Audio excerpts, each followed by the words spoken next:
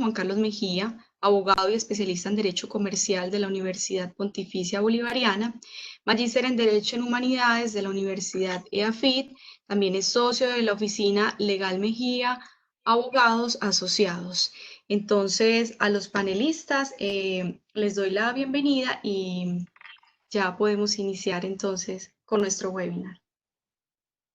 Buen día para todos. Vamos a dedicar estas próximas, tal vez hora y media, a tratar un tema que nos está afectando a todos.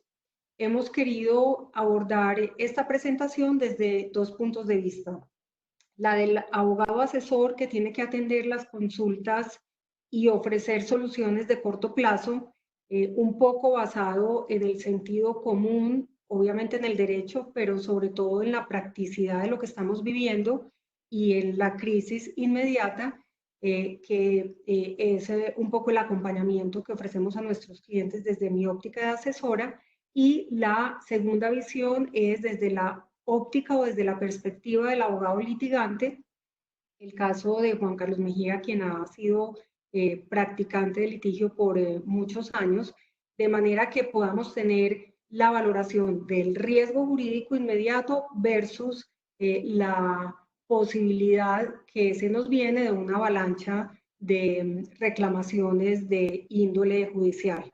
Esto con el fin de que analicemos cuáles son las estructuras y las formas jurídicas que tenemos actualmente para abordar las situaciones de los contratantes, no solamente de cara, como digo, a una reacción inmediata, sino a una eventual resolución de los conflictos por vía judicial o de los tribunales de solución alternativa de conflictos.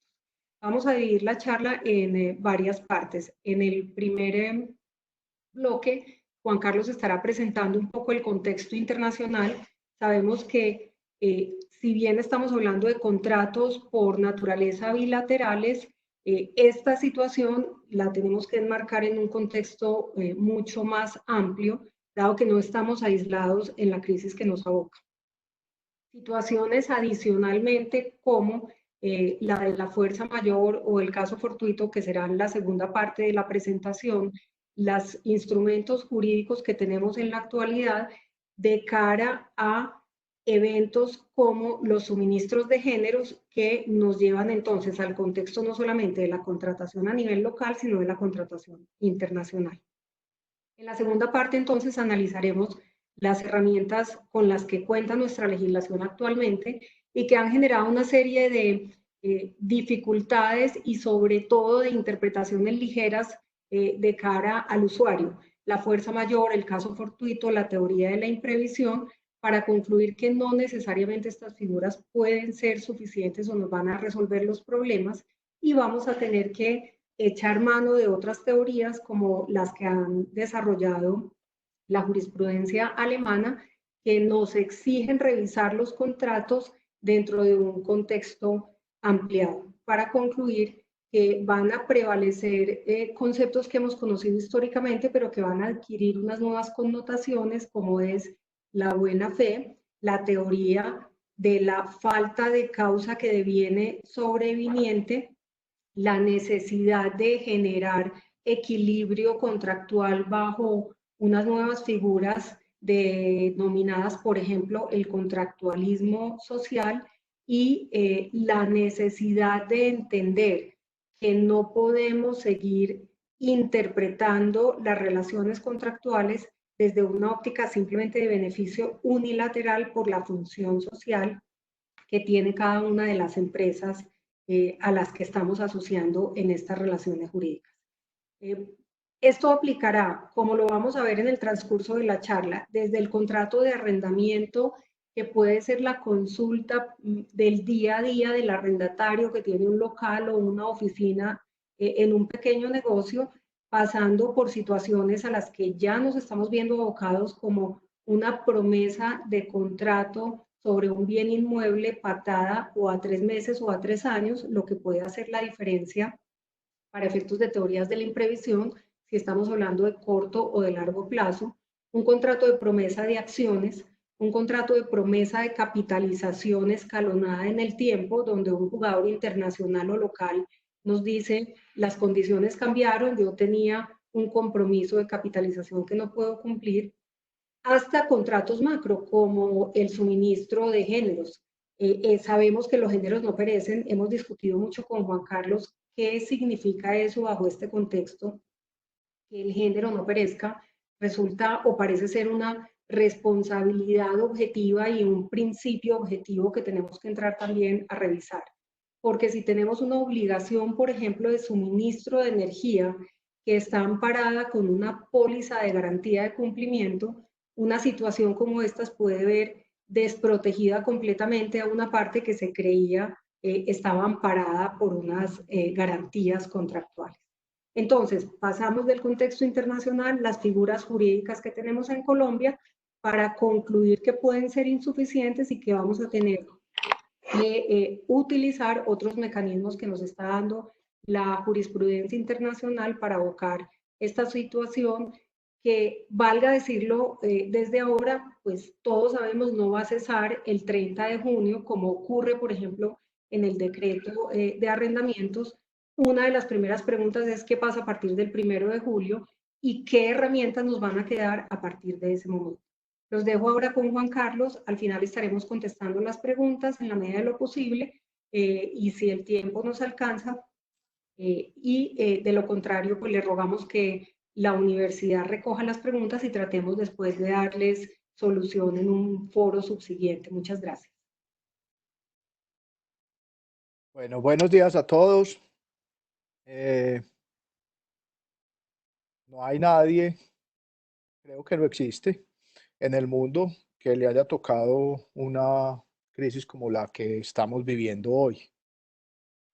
Pero no es por el hecho de las crisis económicas o de las pandemias lo que sea nuevo, como lo vamos a ver a lo largo de nuestra exposición. Es lo que nos dijeron tantos profesores en las facultades de Derecho, de que los abogados teníamos una importancia y relevancia social, no sea la oportunidad en donde debemos demostrarla. Nuestra intervención como consejeros o litigantes será fundamental para el futuro de la sociedad de las próximas décadas. Esta crisis generalizada en el mundo es un punto de inflexión, consecuencia de muchas cosas de atrás y que está demostrando que realmente nos estamos enfrentando a un mundo nuevo. Crisis económicas siempre ha habido. Las crisis económicas no son hechos imprevisibles ni irresistibles. En los últimos 20 años se han presentado en el mundo 4 con esta. En Colombia realmente estas crisis no se vieron bien. La del 2008, el gobierno nacional de esa época logró sortearla con bastante habilidad. La última crisis verdaderamente generalizada que nos tocó fue la crisis del sistema hipotecario a finales de la década del 90. Y esa crisis nos enseñó muchas cosas, entre otras, que los abogados encontrar las soluciones para que muchas empresas, comercios y familias no se quebraran a tiempo, porque nos aferramos a unas formas jurídicas y a unos procedimientos judiciales totalmente rígidos, largos en su resolución y con una incertidumbre en sus sentencias, que cuando llegaron ya fue demasiado tarde. Al punto que el precedente judicial que hoy tenemos de la teoría de la imprevisión en una sentencia bastante linda del doctor William Namen es de 2012, de un proceso judicial que empezó en 1999. 13 años después, ya es muy tarde. Las soluciones que requieren los comerciantes y los empresarios a sus problemas económicos deben ser más prácticas. En el fondo, los abogados no estamos para ganar procesos, estamos para obtener justicia. Y esa justicia es soluciones y respuestas concretas a las peticiones y reclamos de nuestros clientes. esas respuestas, soluciones, no sean satisfactorias a sus intereses comerciales, pero son ciertas. Y eso es lo que más requiere un empresario, pequeño, mediano, grande hoy. Como les decía, pandemia siempre ha habido. En los últimos 20 años llevamos 6 con esta.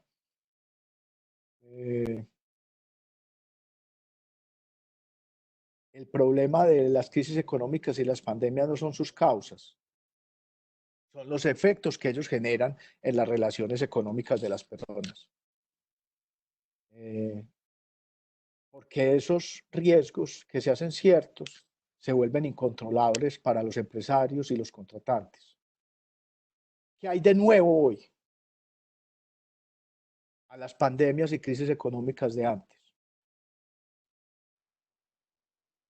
Uno, es la primera vez que tenemos una crisis económica y una pandemia con la economía totalmente globalizada.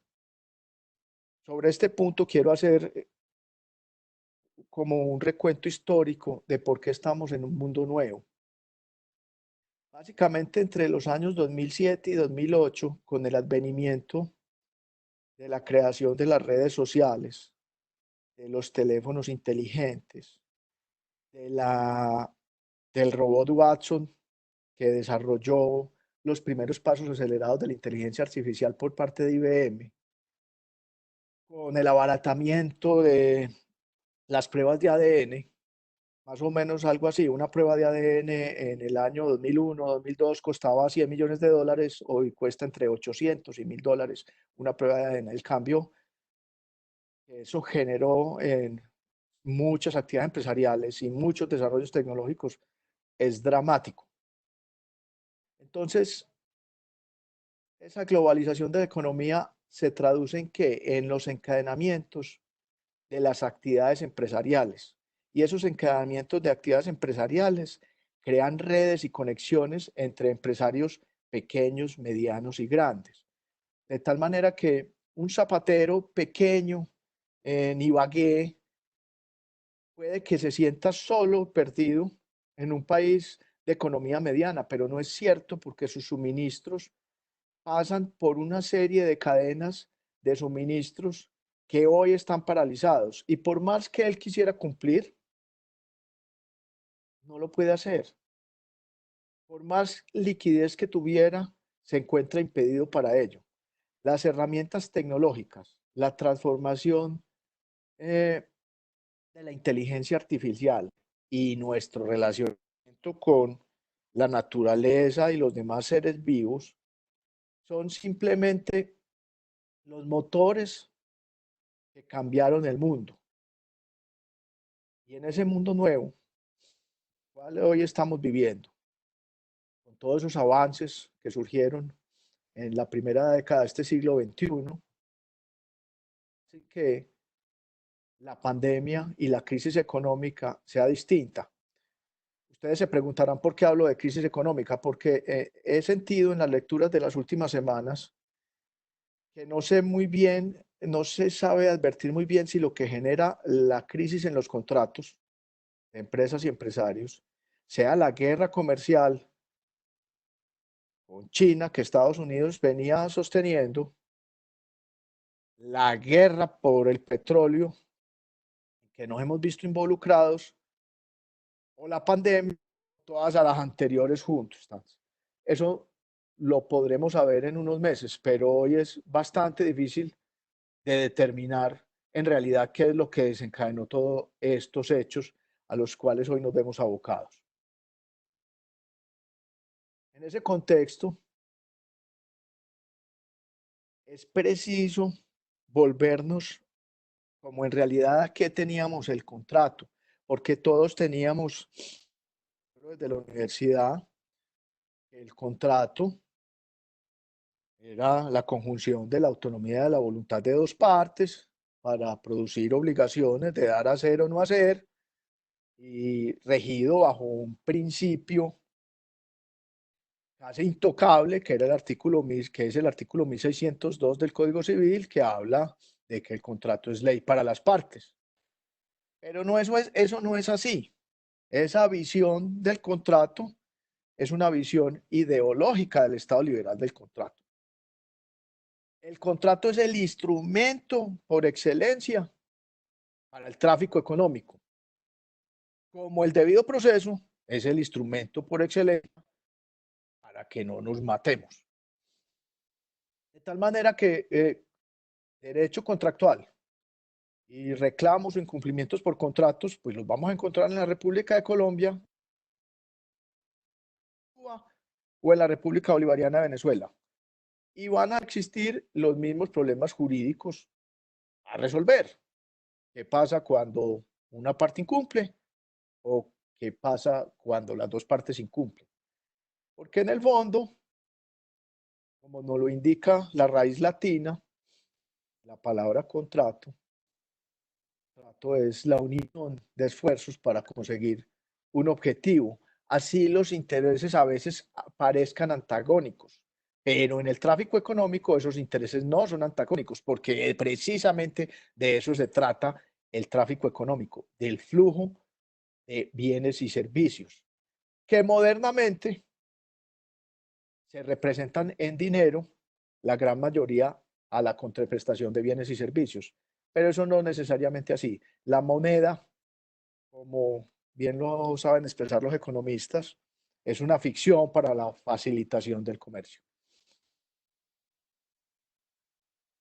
Y entonces, estando en crisis y asumiendo que estamos en ella, bien sea por la crisis económica a las que les mencionaba o por la pandemia, pues, deviene consecuencialmente la crisis del contrato, porque los contratos evidentemente se van a empezar a incumplir.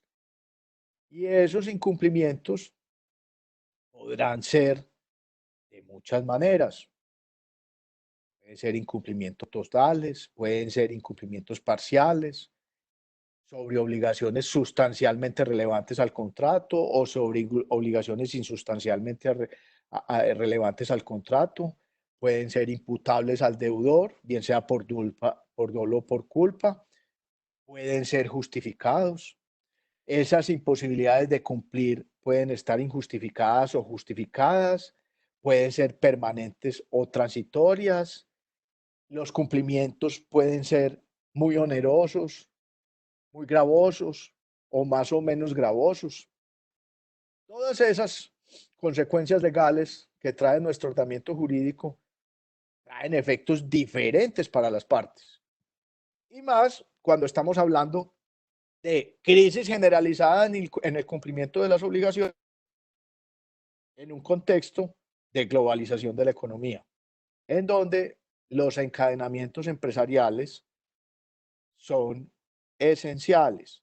Les recuerdo, esta tal vez sí puede ser la primera crisis de incumplimiento generalizado de contratos en Colombia en que nuestra economía se encuentra abierta. Nosotros tenemos así 14 TLCs en vigencia y en plena efectividad. Encadenamientos empresariales y los efectos en los cumplimientos contractuales en Colombia, que uno no se imagina hasta dónde pueden entrar, desde los contratos de arrendamiento de locales comerciales hasta el suministro de la proteína animal. Siempre hemos tenido por instrumentos jurídicos para cuando pasan justificación del incumplimiento de los contratos, pues la causa extraña, la teoría de la imprevisión o la ausencia de culpa, que es la diligencia y cuidado. Y sobre eso se han construido innumerables teorías, muchas de ellas contradictorias, lo cual complica mucho la solución y por eso nuevamente invoco el sentido común, que para el abogado debe ser el sentido de justicia en el cumplimiento o incumplimiento de los contratos. La causa extraña. Entonces, para el análisis de la causa extraña, que en Colombia y en el derecho occidental, tanto en el anglosajón como en el continental, nos lo referimos a la fuerza mayor o caso fortuito, al hecho exclusivo de un tercero o al hecho exclusivo de la víctima, pues en el fondo esos desarrollos están hechos y elaborados desde hace mucho tiempo con la elaboración de la teoría de la responsabilidad civil. El problema es que el análisis de la causa extraña, desde el punto de vista del Consejo de Estado o desde el punto de vista de la Corte Suprema de Justicia, tiene tantas jurisprudencias como tantos magistrados ha habido en los últimos 25 años. Y entonces eso nos obliga a irnos un poquito más atrás, que es cuál es la teoría de la causa extraña, la de la equivalencia de las condiciones o la de la causalidad condicionada. Aparentemente hoy existe doctrina pacífica, que es la causalidad condicionada. Pero no sería de extrañar que, dados los sucesos, dado el encadenamiento empresarial y dado el incumplimiento generalizado, las Cortes comiencen a retomar nuevamente la teoría de la equivalencia de las condiciones. Y eso tiene unos impactos dramáticos en las consecuencias legales del análisis de la causa extraña.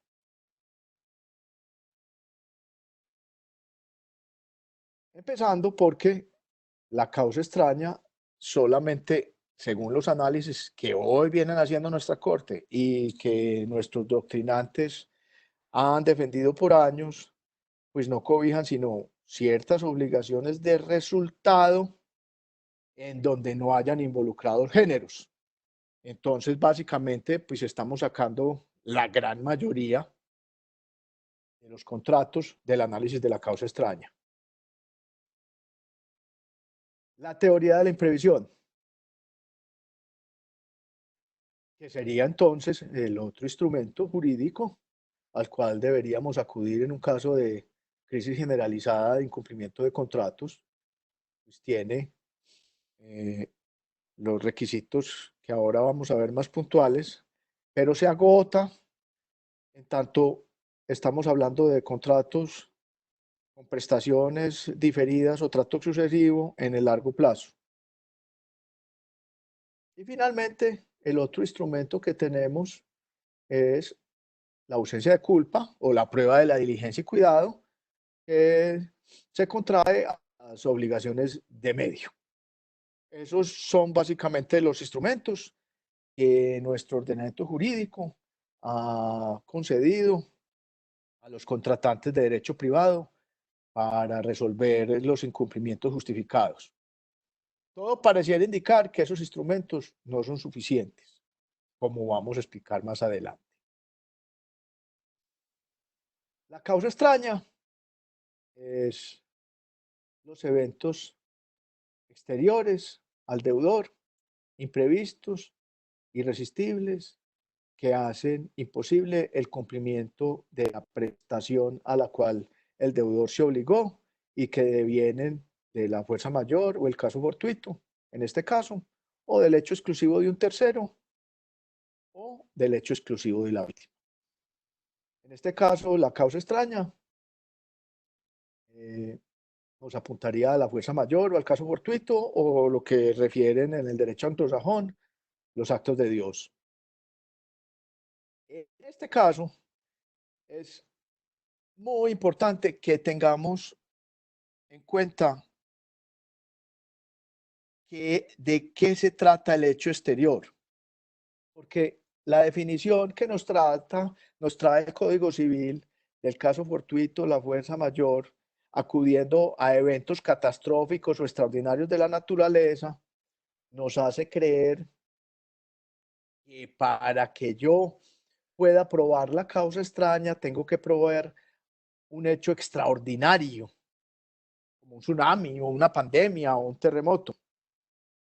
Y en realidad, lo que el Código Civil nos trae es unos ejemplos de la imprevisibilidad y la irresistibilidad de un hecho exterior. Porque en realidad la causa extraña es los efectos que generan en el deudor los hechos. Porque en el fondo todo es previsible y todo es resistible. El único hecho imprevisible y absolutamente irresistible, en el fondo, es el nacimiento del universo, de donde se han desencadenado todos los hechos, al margen de las creencias de cómo la gente crea que se creó el universo. Los efectos de ello, que se radican, perdón, en el deudor, son los importantes. Entonces hay hechos que aparentemente son insignificantes, incluidos hechos desencadenados por esta crisis económica o esta pandemia, que son los que realmente generan la causa extraña. Y por eso hacía énfasis ahora en lo importante de la teoría de la causa a la cual nuestras cortes adhieran para analizar la causa extraña cuando lleguen a conocer de las controversias judiciales que se van a presentar en este caso. Porque una cosa es la causalidad condicionada y otra cosa son la equivalencia de las condiciones. Tienen dos orígenes y dos análisis sustancialmente diferentes, porque la causalidad condicionada en el fondo depende de un juicio muy subjetivo del operador judicial, mientras la equivalencia de las condiciones trae, entre comillas, una metodología más objetiva que se puede asemejar a los test de razonabilidad que hace la Corte Constitucional cuando encuentra tensión y conflicto entre derechos constitucionales al conceder una acción de amparo. Como lo señala nuestra legislación, esa causa extraña, en este caso la fuerza mayor del caso fortuito, según los dictados del artículo 1604 del Código Civil, y en la lega la debe probar y la debe expresar de manera oportuna y no extemporánea. Y ese va a ser uno de los factores radicales para analizar el cumplimiento e incumplimiento de los contratos después de esta pandemia, en el segundo semestre, si Dios quiere, ya hemos salido de ella. ¿Por qué? Porque cuando alego la causa extraña o cuando me es alegable, cuando la Organización Mundial de la Salud declaró la pandemia, cuando el gobierno nacional decretos de emergencia, cuando yo me vi en la irresistibilidad de cumplir con el contrato, cuando el gobierno nacional expidió los alivios económicos que ha venido expidiendo, o cuando realmente ya no estuve en condición alguna de cumplir los contratos. Pongo esto de presente que en el precedente judicial que hay de la teoría de la imprevisión hoy vigente, en la jurisprudencia, en el fallo del doctor William Namen, la sentencia es muy rica y en doctrina extranjera y en el análisis de lo que consiste la imprevisión contractual y en la manera y en los instrumentos los cuales los operadores litigantes debemos acudir para solucionar el problema. Pero cuando llega el análisis del cargo, la Corte desecha el reclamo de imprevisión porque el señor, mientras hubo la crisis, cumplió oportunamente con sus prestaciones. Se trataba de un contrato de mutuo con una entidad financiera que después se volvió impagable para el señor. Básicamente lo que pasó fue que el deudor oportunamente estuvo cumpliendo con sus prestaciones hasta que le fue imposible. Pero ya había salido la ley 546 del 99, que en ese momento fue el instrumento jurídico que creó el Estado para aliviar la onerosidad de las prestaciones de los créditos hipotecarios. La Corte dice, no, pero es que usted ya había cumplido y entonces para usted no fue excesivamente oneroso y desecha el cargo. Y entonces, si el análisis va a ser tan rígido y tan formal, debemos preparar muy bien a nuestros empresarios, porque en el fondo lo que la Corte nos está diciendo es mejor incumplir desde ya y no acogerse a los alivios. Eso es en el fondo lo que están diciendo los precedentes judiciales, lo cual es absolutamente absurdo. Como vamos a analizar, en nuestra opinión, las soluciones que apuntan a la resolución de los contratos o a la exoneración de los deudores son las que menos debemos aplicar porque son las menos eficientes económicamente. Las causas extrañas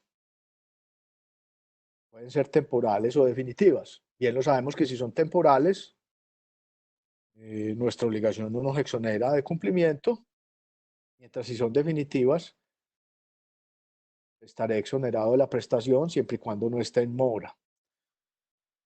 Pero esto hay que ponerlo en el contexto de la realidad negocial de todos los empresarios y no en el texto frío del Código Civil. Porque en el fondo, si el empresario no cumple con sus obligaciones financieras, por poner un ejemplo, puede que el banco le conceda los instrumentos de financiación, pero ¿cómo se los va a conceder? ¿Como una reestructuración de crédito que implica que lo va a calificar en F? ¿O como una novación de las obligaciones que no implica ningún cambio de calificación? Porque el incumplimiento del contrato no es lo relevante, son los efectos. Entonces, si el empresario lo califican en F, es como si hubiera sido condenado a muerte. Por lo menos hasta el año entrante no puede volver a cambiar de calificación, no tiene acceso al crédito. Y lo importante es, como las centrales de datos están integradas, muchos de esos proveedores o clientes de ese empresario tienen acceso a esas mismas bases de datos. Y entonces, si el empresario está calificado en F, pues lo van a vetar. Y en la práctica, el alivio que trae la insolvencia express o el contrato de arrendamiento al cual ahora, o a los contratos de arrendamiento a los cuales ahora nos vamos a referir, van a ser inane. Todos los instrumentos legales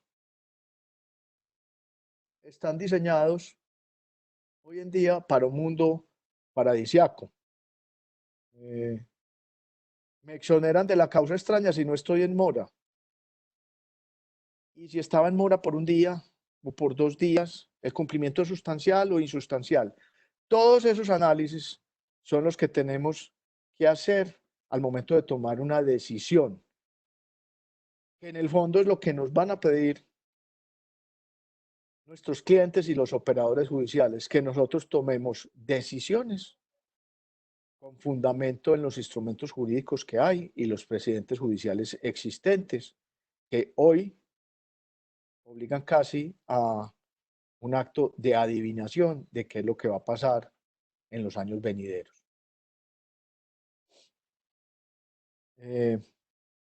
Por ejemplo, en el campo del que venimos hablando, el tema más comentado en los últimos días es la fuerza mayor y el decreto sobre exoneración o suspensión más bien de pago de los cánones de arrendamiento en los contratos de arrendamiento de vivienda urbana y de locales comerciales.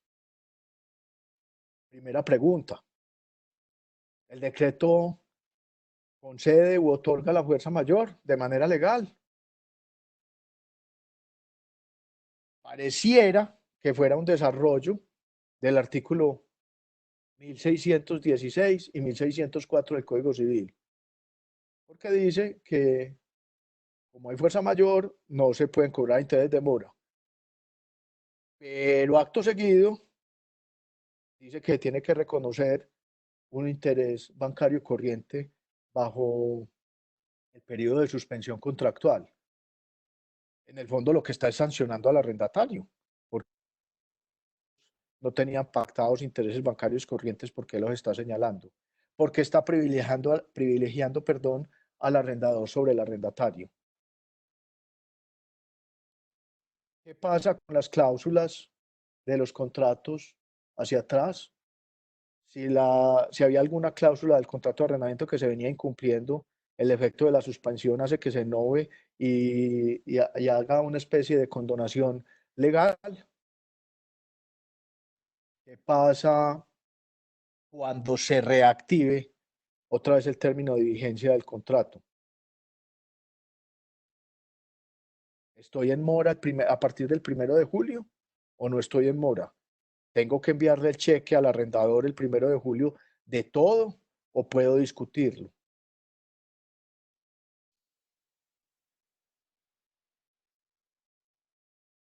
¿Qué sucede con los tasafiadores? El arrendador puede acudir a los avalistas y fiadores y desprenderse de lo que dice el decreto del arrendamiento, en un efecto parecido a lo que trae la ley 1116 para los empresarios en reestructuración, o no lo puede hacer. La mora que se genera el 1 de julio, hay que notificarla, hay que reconvenir al deudor, o es automática. Porque si yo tenía derecho a restituir el bien porque se vencía durante el plazo de suspensión del contrato de arrendamiento, tengo que pagar por el uso y el goce de un bien que no utilicé? Es una causa sobreviniente al decreto. ¿Qué le pasa al arrendador que no acepta conciliar o concertar los intereses con el arrendatario?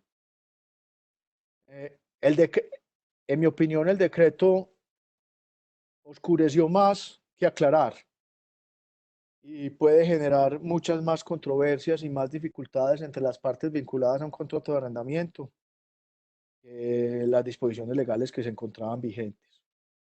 Esperemos que los jueces vayan decantando eso.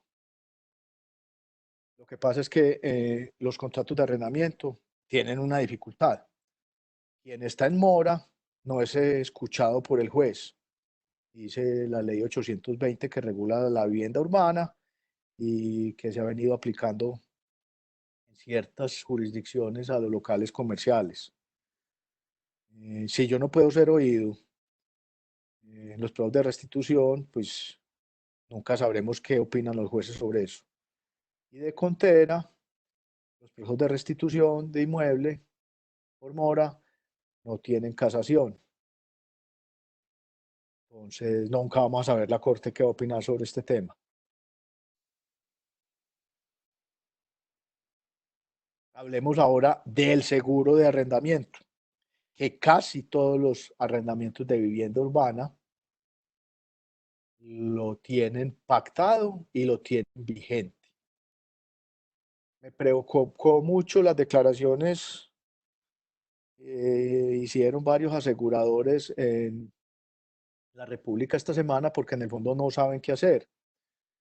¿Aplica el seguro de cumplimiento o no aplica? La póliza del contrato de arrendamiento que cubre el cumplimiento del mismo señala que la por el pago del canon en caso de causa extraña.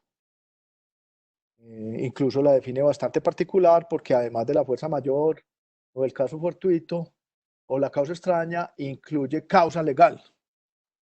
Dando a entender, uno podría interpretar que esa causa legal es los propios decretos de arrendamiento, en donde se señala que la crisis generalizada ha impedido que los arrendatarios puedan pagar con los cánones.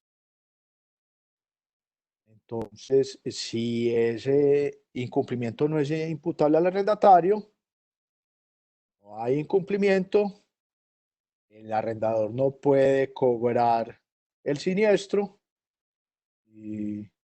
pero sí puede expulsar al arrendatario, solicitar la restitución del bien y la aseguradora no pierde. Básicamente eso es lo que está pasando hoy con el contrato de seguros, de cumplimiento de contratos de arrendamiento. Una incertidumbre total.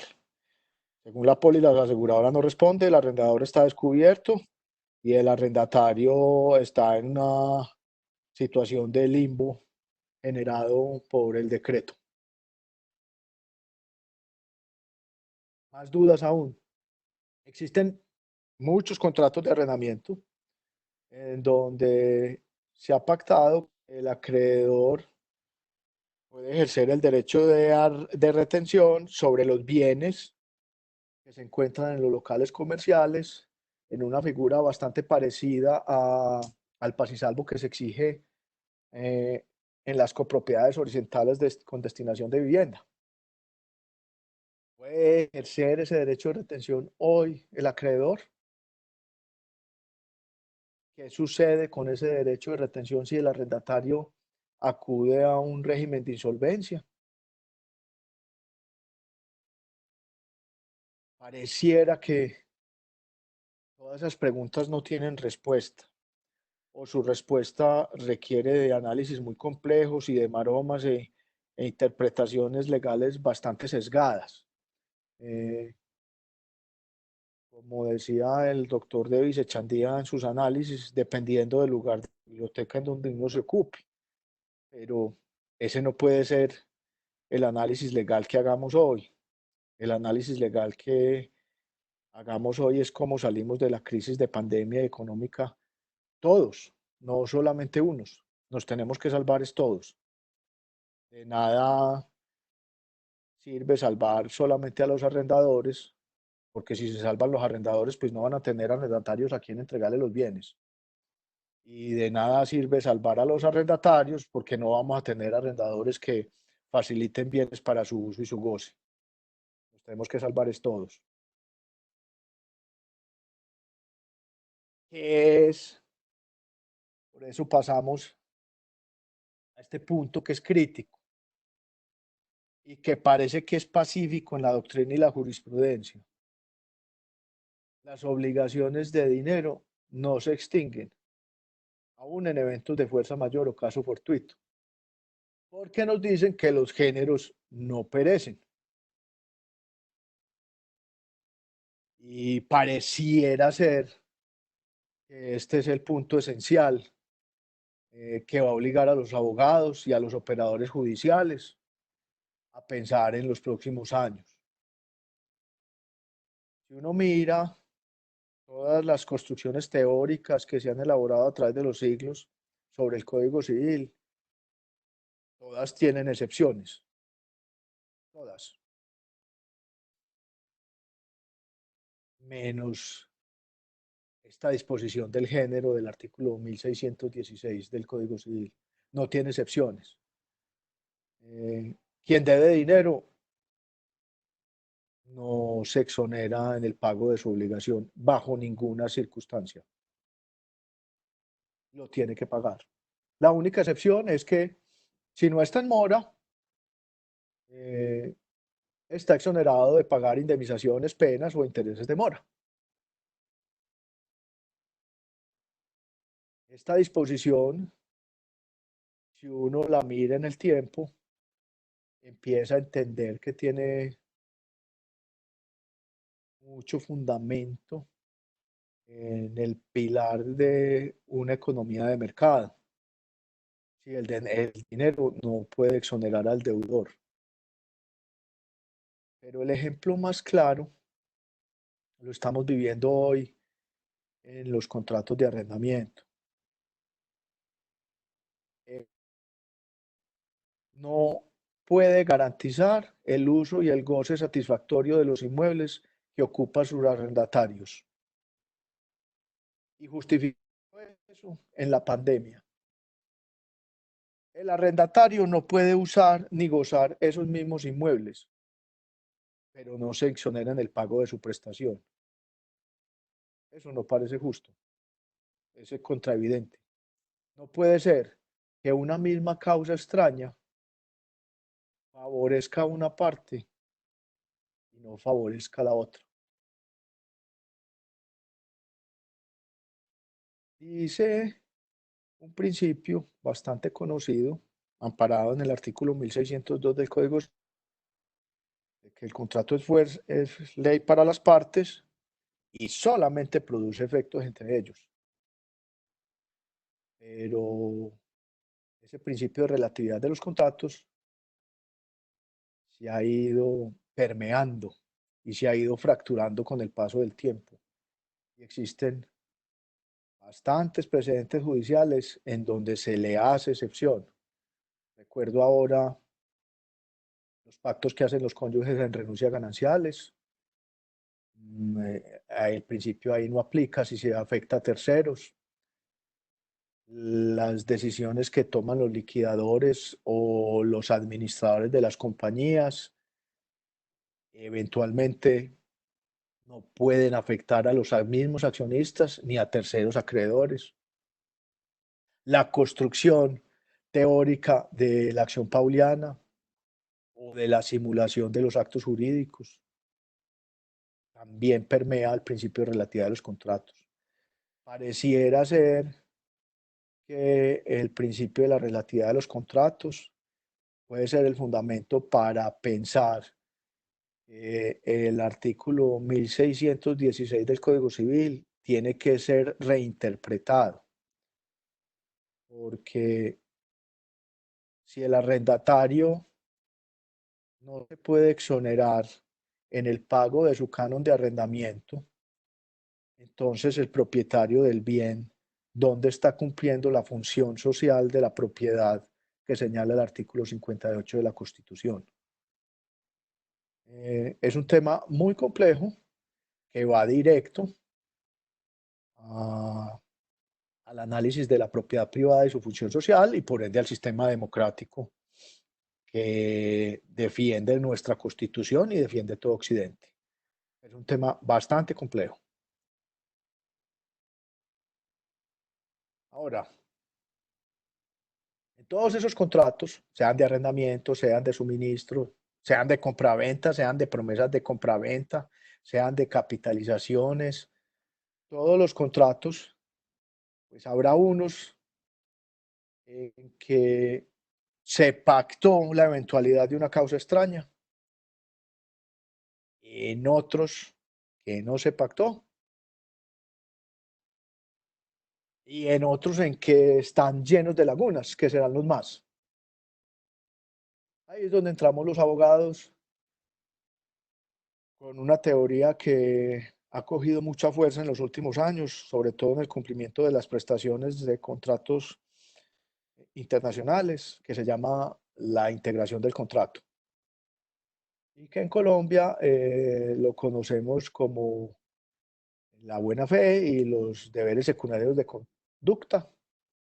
Y la integración que debemos hacer ello con las prestaciones principales del mismo. Recuérdese que no, los contratos tienen muchas obligaciones, generalmente una prestación principal y una serie de prestaciones accesorias, y que de ahí deviene el que la obligación sea sustancial o con que trae como consecuencia que la Corte Suprema de Justicia nos haya señalado por muchos años ya en doctrina que es pacífica el incumplimiento de obligaciones no sustanciales no da lugar a la resolución del contrato, mientras que el incumplimiento de las obligaciones sustanciales sí da lugar a hecho. Por eso debemos considerar entonces, en el análisis que hagamos de cada uno de los contratos que pongan a nuestra consideración, bien sea para su interpretación o para su reclamo por cumplimiento o incumplimiento, si en el mismo está pactado la causa extraña, cómo está pactada, cuál es el efecto, si está bien pactada o está de manera incompleta, para ver si debemos hacer una interpretación conforme nos lo indica el contrato o debemos integrar el mismo. Sobre esto, recomiendo mucho un libro de un muchacho que se llama Nicolás Parra, que se llama Temperamentos Interpretativos. Él hace un análisis con respecto a las obligaciones de las personas y las diferentes maneras que tenemos de abordarlo. Creo resumirlo es que cuando analizamos los contratos, acudimos a interpretar la voluntad de las partes. Pero si interpretamos ese mismo contrato sobre las disposiciones, sobre el Código Civil o sobre el Código de Comercio, analizamos las obligaciones que se derivan de ese contrato conforme a esas regulaciones y nos desprendemos de la voluntad de las partes. Pero tenemos un escenario adicional, que es ese mismo contrato lo podemos mirar sobre la óptica de nuestra Constitución. Y ahí lo que estaríamos mirando es los derechos y deberes que genera ese contrato sobre la óptica de nuestros derechos fundamentales y la importancia que ellos radican sobre el desenvolvimiento nuestro en la sociedad. Por eso me devuelvo al prolegómeno que hice al iniciar esta charla, que es la importancia que tienen los encadenamientos empresariales y las redes y conexiones que en ello inciden para la autonomía de la voluntad y la celebración de los contratos. Los contratantes no son seres aislados en el mundo. Y bien pactaron en ejercicio de la autonomía de la voluntad que les es propio, conforme a las disposiciones de unos códigos, ello no se puede mirar aislado. Se tiene que mirar con respecto a los efectos que producen en la sociedad, en las cosas y en los otros seres que nos acompañan en el mundo. Bueno, continuemos. Como les había dicho, lo trascendental aquí será la reinterpretación del artículo 1616 y 1604. Muchos sostendrán que esa reinterpretación es muy difícil de dar y que no es posible, y puede que ello sea así, pero el efecto económico que esa posición produzca va a ser devastadora en el trabajo y en las compañías. Vamos ahora a la teoría de la improvisión. ¿Qué nos dice el artículo 868 del Código de Comercio? Que cuando ocurre un hecho imprevisto e imprevisible, o sea, los mismos hechos que nos regulan la causa extraña, pero que no hace irresistible el cumplimiento de la obligación. O sea, yo estoy en capacidad de cumplirlo, pero me lo hace muy gravoso, excesivamente oneroso, generando un desequilibrio contractual. Puedo ir donde el juez a que me revise esa prestación y la ajuste a la nueva realidad contractual, de ser ello posible. Y si ello no fuere posible, terminar el contrato. Esta teoría de la imprevisión es un desarrollo de un principio de derecho canónico que sostenía que el contrato era ley para las partes, o sea, el pacta sunt servanda, siempre y cuando las circunstancias permanecieran inalteradas. Cuando las circunstancias de celebración del contrato se modifican sustancialmente, al deudor se le concedió el derecho de acudir ante el juez para que sus prestaciones futuras fueran modificadas. Pongo un ejemplo. Como hoy no tenemos juzgados, y creo que no los tengamos el lunes 27 de abril, pues todas las prestaciones de cumplimiento hasta el 27 de abril no las puedo reclamar, porque yo no puedo reclamarse la teoría de la imprevisión, sino las prestaciones futuras, no las pasadas. Por eso la teoría de la imprevisión, regular lo que nos está pasando ahora, no nos regula sino el futuro, el pasado no. Y tiene muchas dificultades. Por ejemplo, en los contratos de concesión, de franquicia, de arrendamiento sobre porcentajes de ventas, la teoría de la imprevisión no funciona para el alias, solo para las prestaciones de contenido particular y concreto. Evidentemente exige que esté al día, que no me encuentre en mora, para poder tener legitimación en la causa. Sobre la teoría de la imprevisión, les recomiendo mucho pues, la sentencia que abrió la puerta de la Corte del 23 de mayo del 38 y la sentencia del doctor William Name que me he referido del 21 de febrero del 2012. La teoría de la imprevisión, según nuestros precedentes judiciales, requiere de un ejercicio de prueba bastante profundo y bastante amplio. No basta con la prueba del hecho imprevisible y la onerosidad del contrato.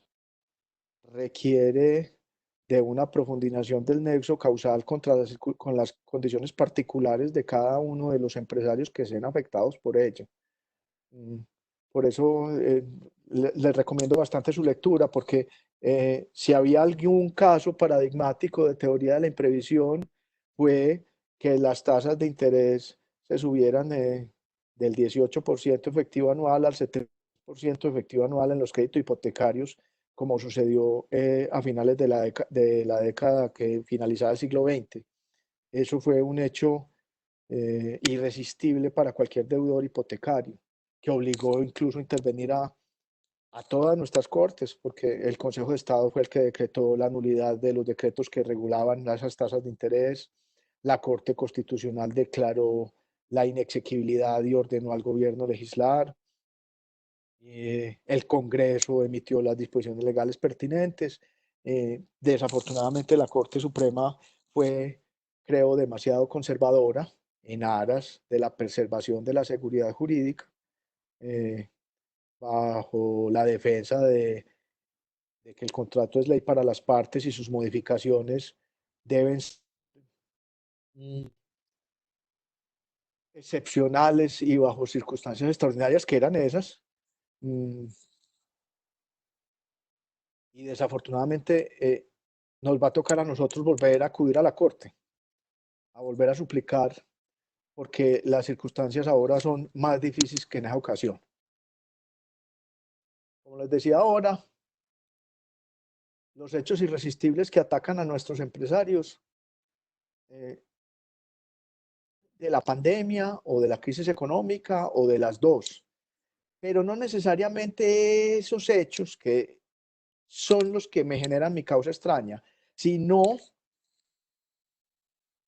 las consecuencias a hechos sucesivos a ellos. Me explico. Muchos empresarios están siendo afectados no por la pandemia en sí o por la crisis económica en sí, sino por su imposibilidad de movilización, prestar sus bienes para cumplir con sus prestaciones de bienes o servicios. Y ese hecho en sí es el que les hace irresistible el cumplimiento de su obligación. Por esto les reitero la importancia de tener en cuenta si estamos frente a la causalidad adecuada o a la equivalencia de las condiciones y la importancia de esto. Recuerden que para que haya causalidad, necesariamente tiene que haber ausencia de culpa del deudor. Si hay culpa del deudor, no puede haber causa extraña. No puede haber caso fortuito o fuerza mayor si hay culpa del deudor. Y ese es el análisis que nos corresponde para verificar contrato a contrato, obligación por obligación, si estamos frente a una causa extraña, frente a la teoría de la imprevisión o frente a otra circunstancia de exoneración o aminoración de la.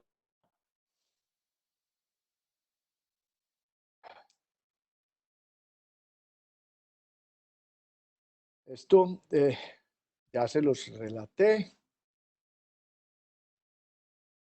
y como horario de todo eso, pues debo señalar que en nuestra opinión la teoría de la causa extraña son insuficientes, bien porque sus exigencias legales nos impiden solucionar una innumerable serie de contratos o porque no les son aplicables, como por ejemplo la teoría de la imprevisión.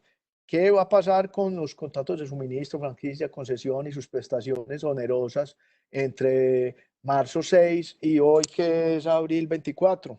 Ese dinero se perdió porque según la teoría de la imprevisión solicitar, porque las pretensiones tienen que ser hacia futuro.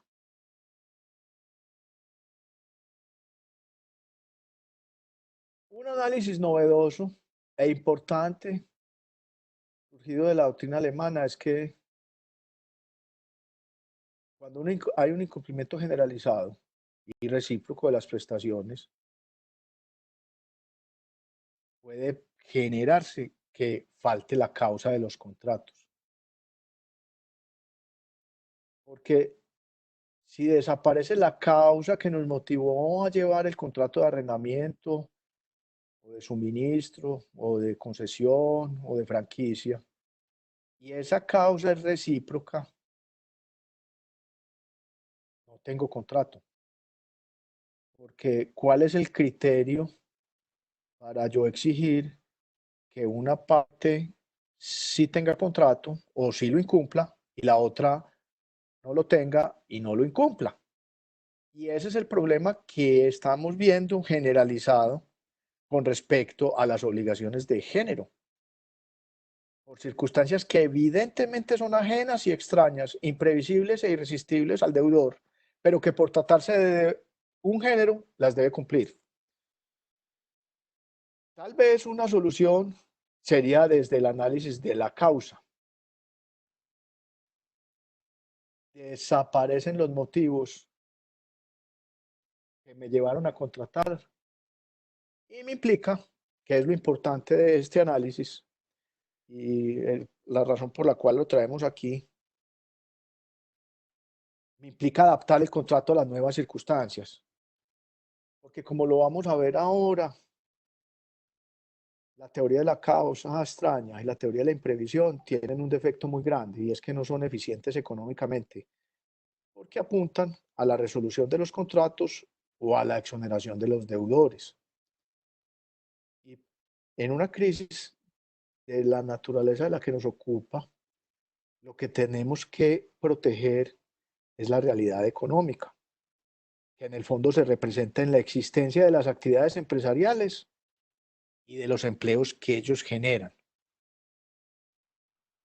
Les recuerdo el artículo 25 del Código de Comercio de lo que entendemos por empresa en Colombia, que puede estar en cabeza de una persona natural o de una persona jurídica, pero cuyo motor son los establecimientos de comercio. Las actividades empresariales se desarrollan a través de establecimientos de comercio. Y eso es lo que tenemos que preservar, porque la preservación de los establecimientos de comercio no nos permite la preservación de los pueblos. Viendo eso, esas dos cositas, estamos cumpliendo con la finalidad prevista en nuestra Constitución en el artículo 1, que dice que debemos buscar la protección del trabajo y la prosperidad general. Por eso esta teoría de la fracturación de la causa de los contratos, porque desaparecen los fundamentos que le dieron a origen a la negociación, es tan importante, porque en el derecho alemán lo que se busca es adaptar el contrato de tal manera de que no lo resolvamos ni lo aniquilemos. Esta adecuación del contrato exige que acudamos a la integración del mismo con el principio de buena fe y los deberes secundarios de conducta. O sea, el análisis que debemos de hacer es un paralelo simultáneo entre las prestaciones sustanciales y esenciales de cada contrato y la buena fe como una obligación que permea toda prestación sustancial. No las podemos escindir. La buena fe hace parte del cumplimiento de toda prestación del contrato. Y si no hay buena fe, no puede haber contrato válido.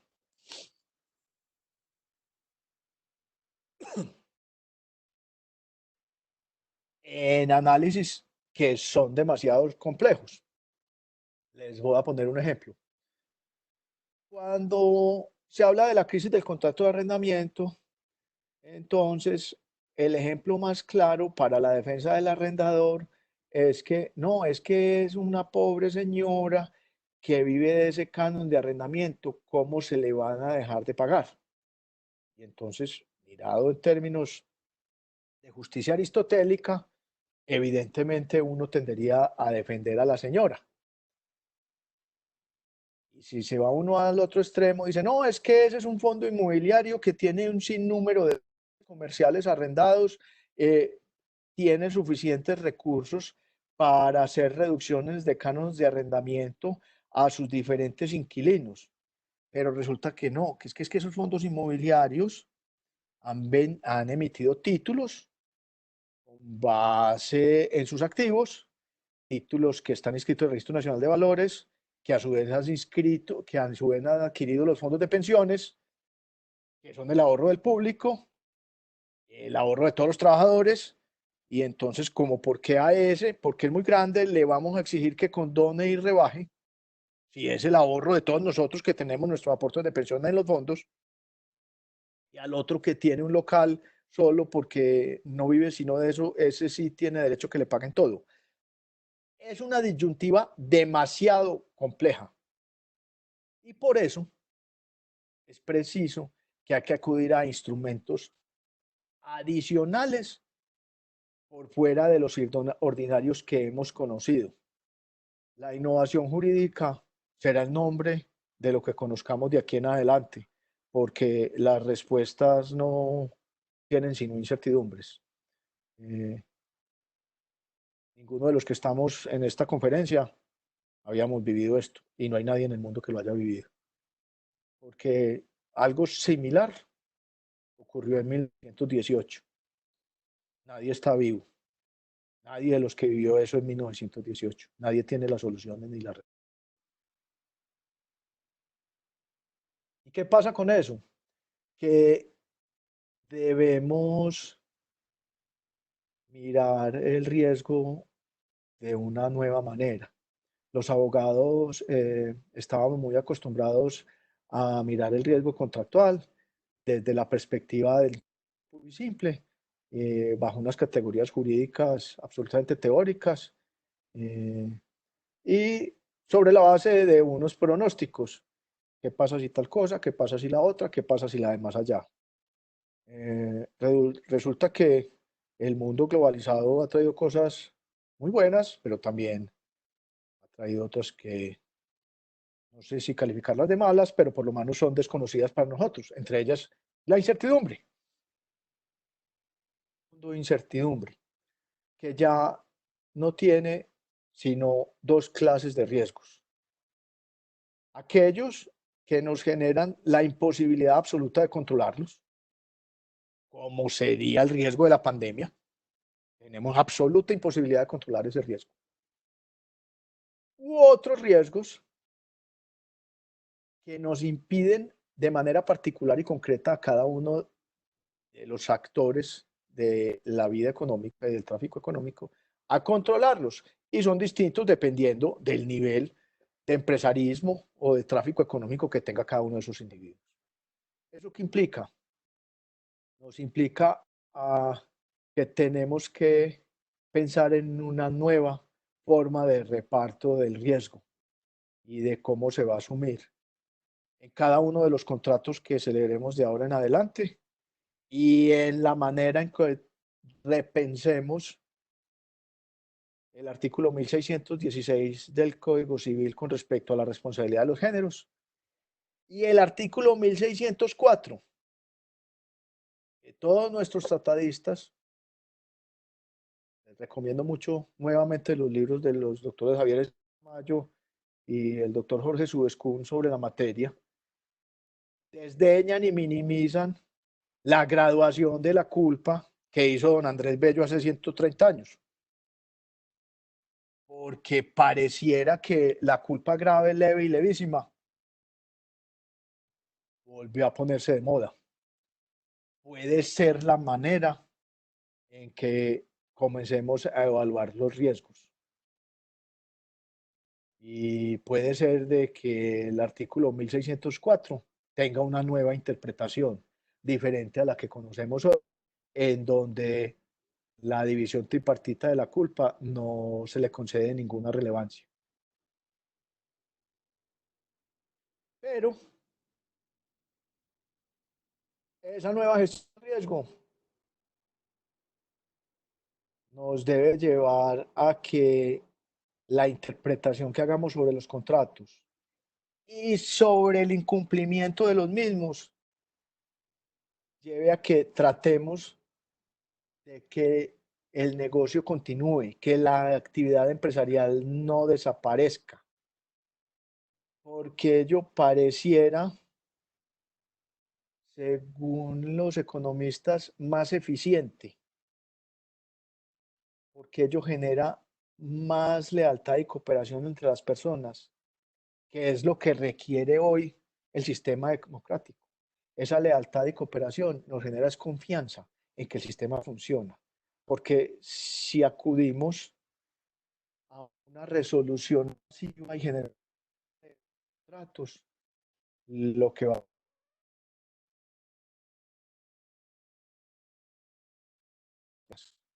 y eso no va a contribuir a la generación de riqueza y por ende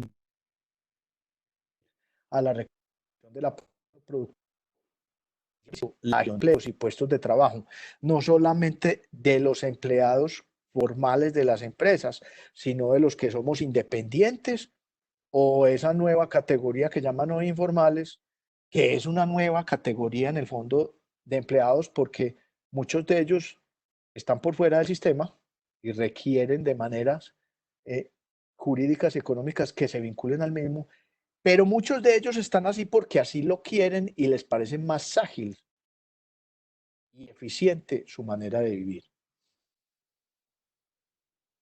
Básicamente, viendo eso, tenemos que regresar a unos principios básicos del derecho que no se pueden olvidar.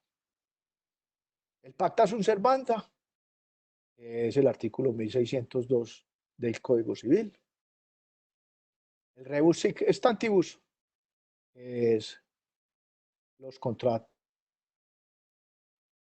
cuando las circunstancias no se modifiquen de manera sustancial, que es en el fondo la teoría de la imprevisión.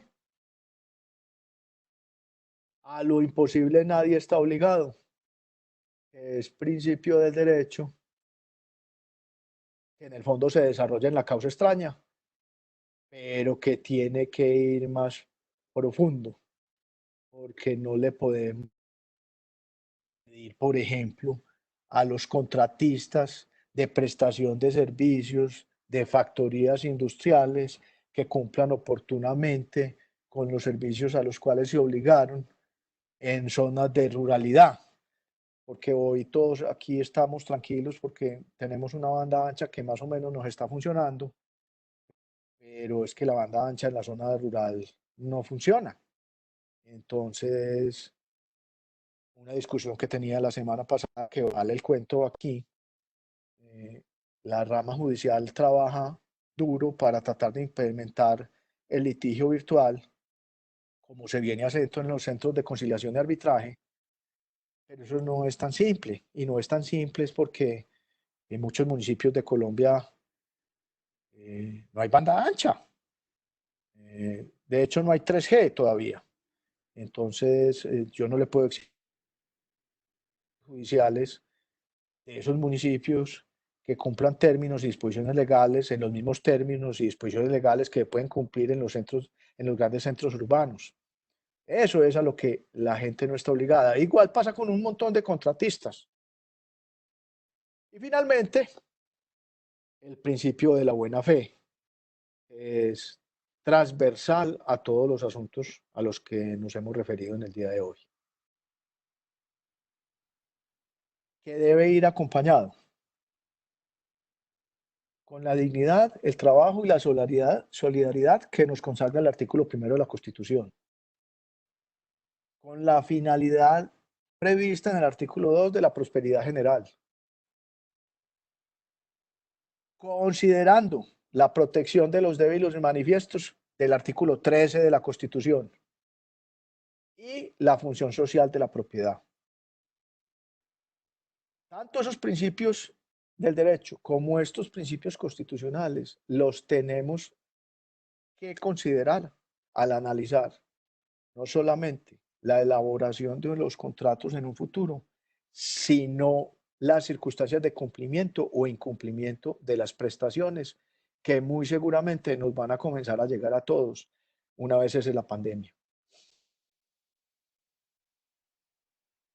Muchos de esos principios se encuentran ya desarrollados. El propio principio de la buena fe en nuestro Código Civil ha tenido unos desarrollos muy importantes y unas previsiones en los últimos precedentes judiciales. Les recomiendo una lectura del doctor Arturo Solarte Rodríguez, que fue magistrado de la Corte, de un artículo muy bueno que se encuentra en una revista de la Facultad de Derecho de la Universidad Javeriana, que habla de la buena fe y la integración contractual y los deberes secundarios de conducta, que es bastante enriquecedor sobre el tema. Hay una tesis que surgió en la segunda década del siglo XX, el solidarismo contractual, eran los primeros pinos de lo que luego desencadenó en las teorías del Estado Social de Derecho, que es preciso considerar ahora. El solidarismo contractual no desecha el antagonismo de los contratos bilaterales, sinalagmáticos, pero considera que hay dos deberes implícitos en los contratos, que son la cooperación y la colaboración en el cumplimiento de las prestaciones por las partes. La Convención de la UNCITRAL y los contratos internacionales de mercaderías o de compraventa de mercaderías, los principios de derecho contractual europeo, nos traen instrumentos muy sólidos para lo que en derecho internacional se llama la adaptación del contrato.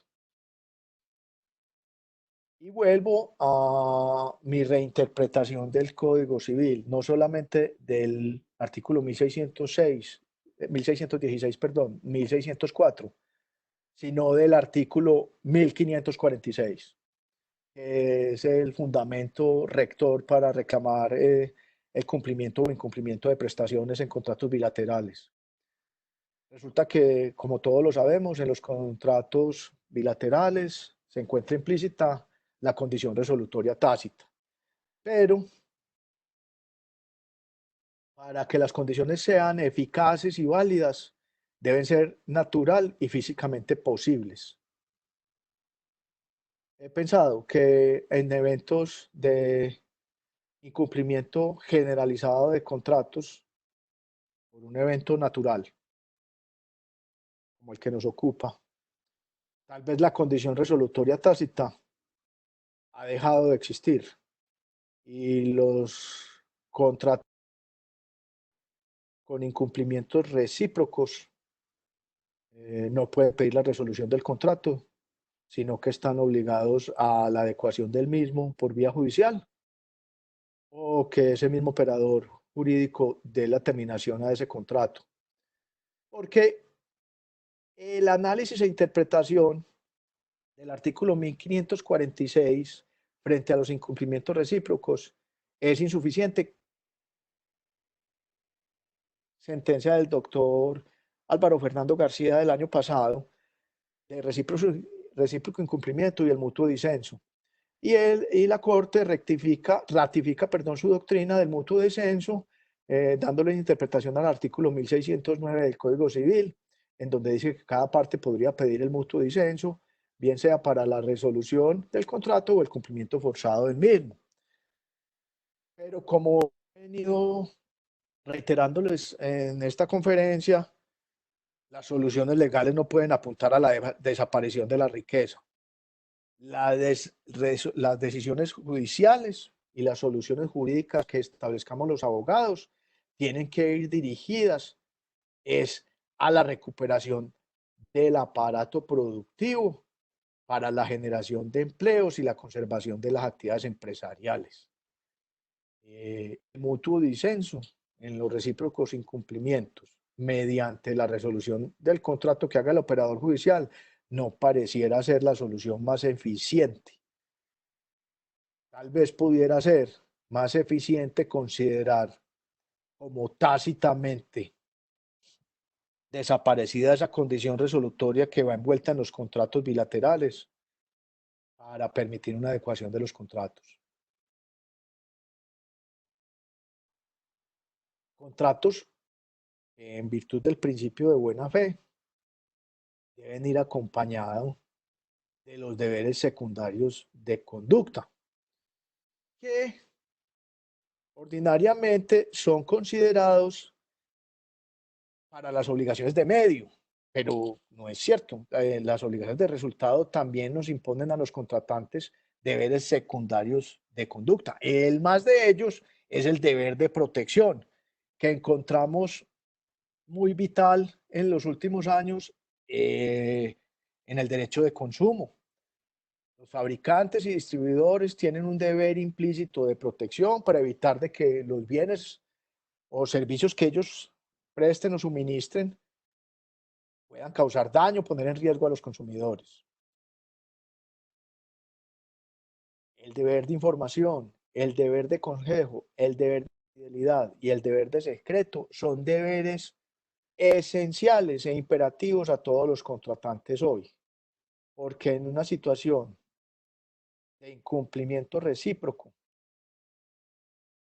esa información, ese consejo, esa fidelidad o esa reserva a la información deben ser puestos de importancia para expresar y manifestar a nuestra otra parte nuestra buena fe. Y deben ir acompañados por otros contenidos que se encuentran implícitos en la buena fe contractual. Todo contratante tiene obligación de mitigar sus propios daños o de mitigar los daños de la otra parte o de terceros. Debe colaborar para evitar eso, esa ocurrencia de daño. El arrendador no puede quedarse expectante a la suerte de que su inquilino se quiebre. Es obligación contractual, implícita en su deber de buena fe, su colaboración para evitar que el daño se agrave. Y que el daño se agrave hoy es que se pierdan los puestos de trabajo y que desaparezca la actividad empresarial. Eso lleva implícito algo evidente, que es que las circunstancias extraordinarias e irresistibles por las cuales está pasando los contratantes hoy no puede ser patente de corso para el abuso de las cláusulas contractuales. Circunstancias que vamos a ver van a ocurrir desafortunadamente en forma muy frecuente. Lo que va a contribuir a que eso suceda de manera muy frecuente es que la crisis, por su carácter de imprevisible y súbito, llevó a la parálisis económica del mundo esencialmente 2 semanas, contribuyó a que unas personas tuvieran liquidez y unas condiciones económicas y otras no la tuvieran, pese a que estaban en un equilibrio económico 2 semanas antes. Y eso puede generar unos abusos a los cuales ahora nos referiremos. Precisamente ese solidarismo contractual era al que me refería ahora, se expresa en esa obligación de mitigar los daños propios o ajenos y contribuir a que ellos no se extiendan. Esta deber de conducta de mitigar los daños propios o ajenos es muy extendida y bastante aplicada en el derecho de los seguros. Yo como asegurado tengo una obligación implícita en el contrato de evitar de que el siniestro se propague o se agrave. Y es materia pacífica en el contrato de seguro, pero es una obligación que se encuentra inserta en todos los contratos, puesto que es un desarrollo del principio de la buena fe. El solidarismo contractual al que me refería ahora parte de un principio.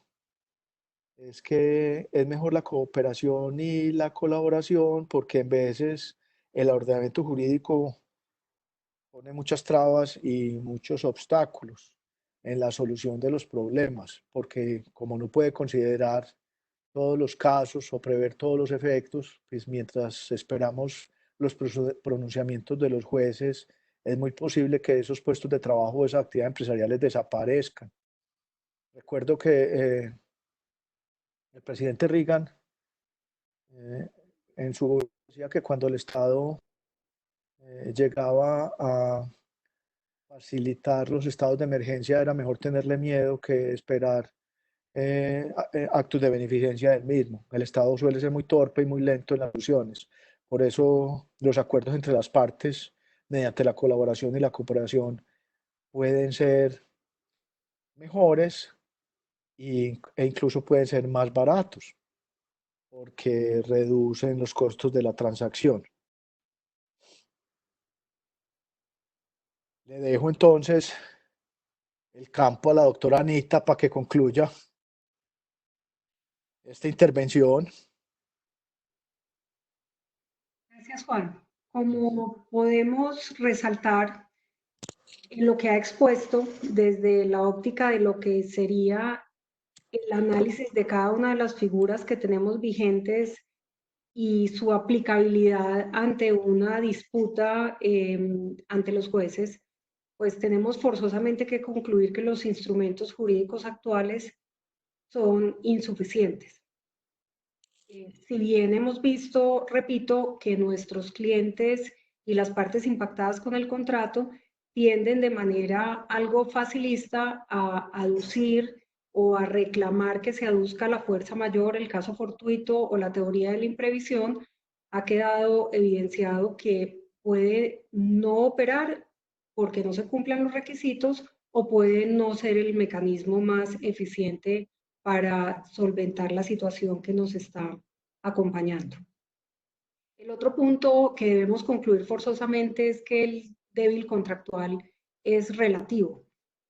Hay que revisar contrato por contrato, prestación por prestación, para poder identificar realmente en qué situación estamos desde el punto de vista del clausulado contractual, en qué situación estamos desde el punto de vista de la parte y las implicaciones que esto tiene, atendiendo a los deberes que ya ha expresado Juan Carlos sobre las obligaciones adicionales que se tienen dentro de un contrato. La buena fe contractual nos exige también revisar el entendimiento que teníamos de la misma. El alcance del contrato, también lo hemos dicho, ya no hablamos de un contrato bilateral que impacta a dos partes, estamos hablando de una cadena de efectos que ante una nueva visión globalizada e interconectada exige entonces un análisis desde la óptica de la solución de los conflictos mucho más amplia. Esto va a exigir también que los jueces de la República deban atender no solamente los principios objetivos que manejábamos en el derecho civil, sino que adquieran una perspectiva mucho más amplia de lo que es el contrato y de las implicaciones que tiene, incluso atendiendo a lo que llamábamos es la función social de la propiedad, que vamos a tener todos que volcar a la reconstrucción del aparato productivo del país. Nos va a forzar ello a la adaptación del contrato. Hoy, como decía Juan Carlos, esa sentencia de la teoría de la imprevisión llegó muy bien hasta que se produjo la decisión de la Corte, de manera que esperar a que tengamos una adaptación de los contratos sobre unos principios que ya son reconocidos de manera un poco ingenua, un poco sumisa en nuestra legislación, pero sí, y en nuestra jurisprudencia, pero de manera abundante a nivel internacional, pues nos exigen también, como decía Juan Carlos, a los abogados, adquirir una nueva óptica de promover entre las partes la adaptación de los contratos, entendiendo que tenemos elementos jurídicos de base para poder lograr este objetivo. Y muy importante que cada uno de ustedes entienda que el abuso de la posición contractual hoy cobra una nueva dimensión. Hemos entendido que algunos contratantes han sido generosos en su posición y otros han sido absolutamente radicales en definir que no van a moverse de la posición en la que están. Los pocos ejemplos que hemos podido abordar, pero que se pueden traducir en casi todas las relaciones contractuales que tenemos ahora, nos van a llevar muy seguramente, si no logramos esa adaptación de los contratos y de las relaciones comerciales entre las partes, para lo cual los abogados somos el instrumento por excelencia en el acercamiento de las mismas, a que se entienda que quien está siendo como parte dominante, imponiendo unas obligaciones objetivas dentro de un contrato existente, específicamente los contratos de tracto sucesivo, pues pueda ser interpretado y juzgado como una parte abusiva que está desconociendo los principios que ya hemos visto hasta ahora.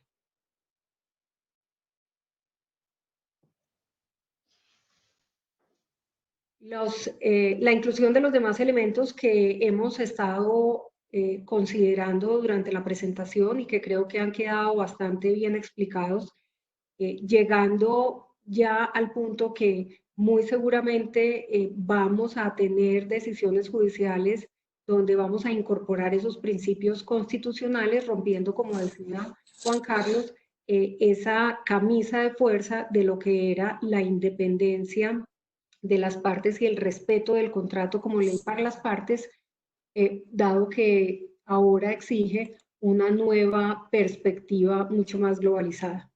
Y para cerrar, queríamos presentarles lo que fue la declaración de Davos en Suiza este año, el manifiesto de Davos, donde en una traducción al español libre tenemos resaltado un punto que creo que viene, o creemos que viene a colación en lo que estamos viviendo.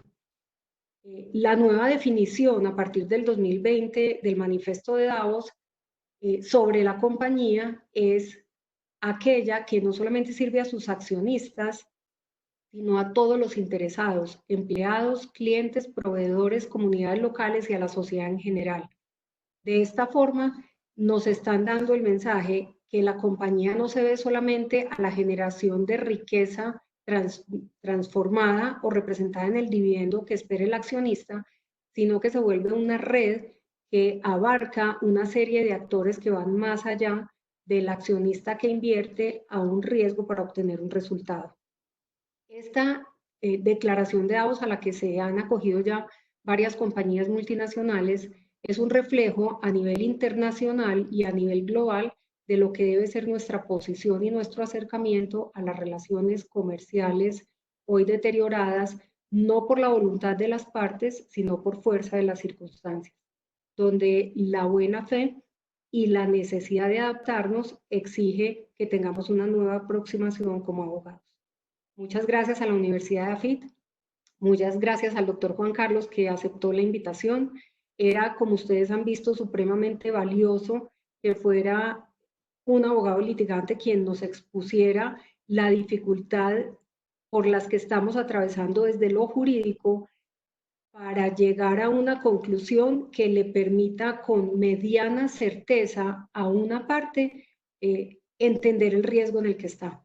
Si somos razonables y si entendemos el contenido de lo que hemos conversado, habiendo dejado por fuera muchos temas porque decíamos que esto puede dar para un semestre completo de análisis, entendemos la dificultad de lo que estamos viviendo y la importancia que cobra nuestra gestión de acercar a las partes en aras de sacar adelante una economía que va a quedar absolutamente golpeada con esta situación.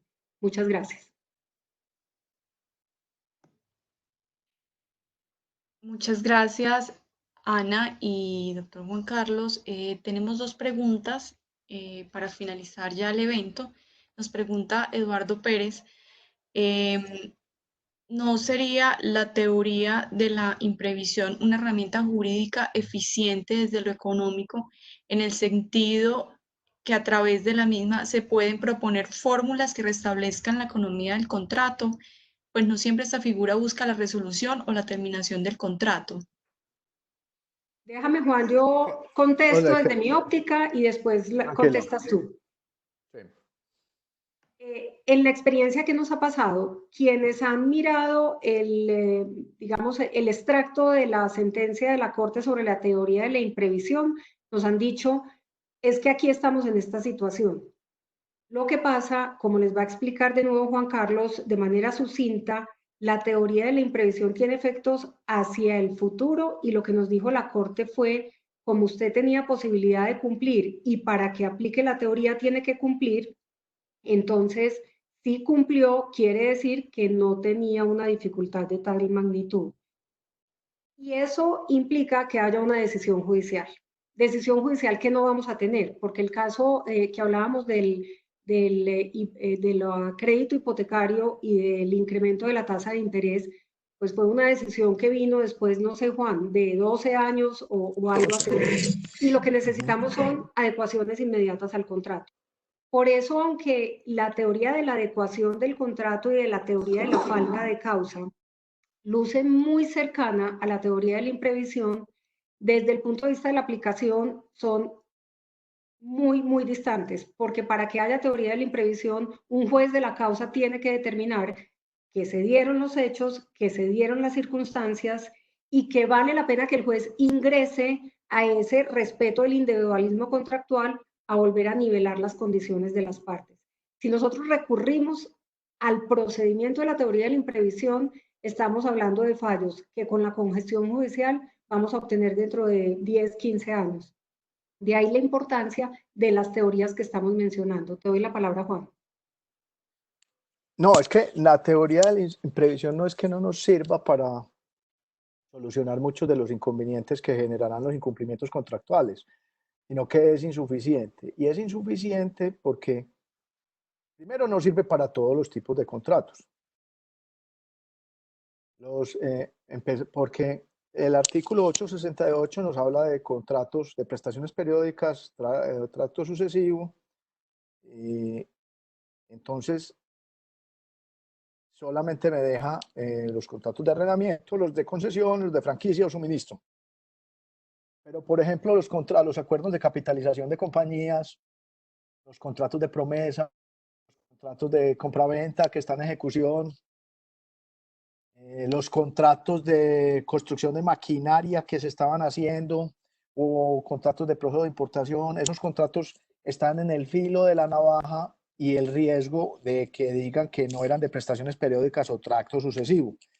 Y someter al albur o a la incertidumbre a un empresario de que un juez de la República le diga que no, ese contrato no aplicaba para la teoría de la imprevisión, pues es de por sí ya un riesgo muy alto, adicional al que ya tiene.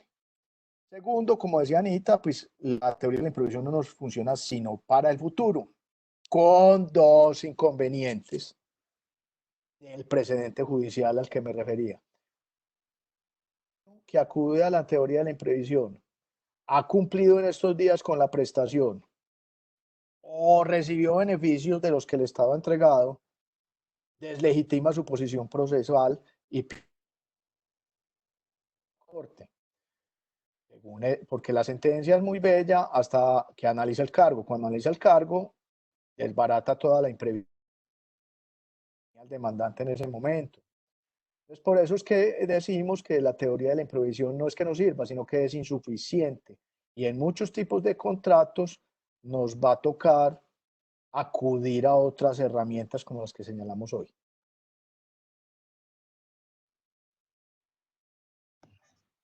Perfecto, muchas gracias. Una última pregunta. ¿Bajo qué precepto puede un juez apartarse de las teorías clásicas para acudir a la interpretación de los principios UNIDROIT relativo a la adaptación de los contratos? Ok. Los principios UNIDROIT son ley en Colombia porque el tratado ya está incorporado a nuestra legislación interna. Por lo tanto, hay que seguir la pirámide jurídica que señala de aplicación de la norma.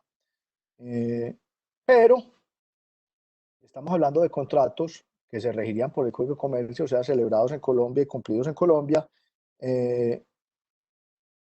La norma sería aplicable en el evento de un vacío legal o una incertidumbre interpretativa. El problema con respecto a este es que en los contratos de compra-venta, generalmente hay un género o dos géneros involucrados, porque o es la compra de commodities que se pagan con dinero, o es la compra de un cuerpo cierto, pagadero con dinero. Entonces, tendríamos que ver de qué parte estamos hablando, si del vendedor o del comprador, y analizar el caso de la adaptación del contrato. Pero yo creo firmemente que la solución propuesta por los principios generales de los contratos en Europa y por UNIDROIT se va a terminar imponiendo porque resulta ser la más eficiente y ya por lo menos hay precedentes de la Organización Mundial de Comercio en la Corte de Apelación. Permiten solucionar el problema frente a eventos como los que nos está ocupando hoy en día. Y hay otros antecedentes que creo que tenemos que conservar en el radar. Cuando estábamos revisando qué ha ocurrido, vemos, por ejemplo, los gobiernos de China y de India que han emitido la posibilidad, o han abierto más bien la posibilidad de expedir certificaciones de fuerza mayor a ciertas industrias y a ciertas empresas o actividades que cumplan con algunos requisitos, lo que sin duda obliga a su contraparte, como decía Juan Carlos, tenemos que mirar en ese tipo de contratos quién es la parte y la contraparte, a evaluar cuál es la condición en la que se van a colocar frente a un eventual incumplimiento, porque si tienen de alguna forma el pase de validación del gobierno con la certificación de la declaratoria de fuerza mayor, pues tendrán una posición en su momento ante un tribunal para justificar con mayor ahínco la situación de incumplimiento en la que se puedan presentar. Bueno, muchas gracias a los doctores Ana Lucía Barrientos y Juan Carlos Mejía. Damos por terminado entonces nuestra charla el día de hoy. La próxima semana les estaremos enviando la grabación del webinar. Muchas gracias a los asistentes y esperamos vernos en una próxima oportunidad. Muchas gracias, buen día. Buen día.